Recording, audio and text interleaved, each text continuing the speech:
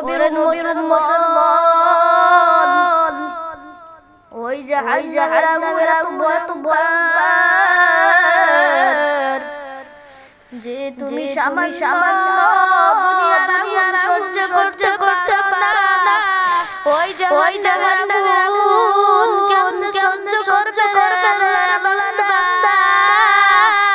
ওরে বান্দা শুনে রাখো ওই জাহান্নামের আগুন এত ভয়ঙ্কর তুমি দুনিয়ার আগুন সহ্য করতে পারো না। জাহান্নামের আগুন সহ্য করবা কেমনে? ওরে মুসলমান আল্লাহ বলছে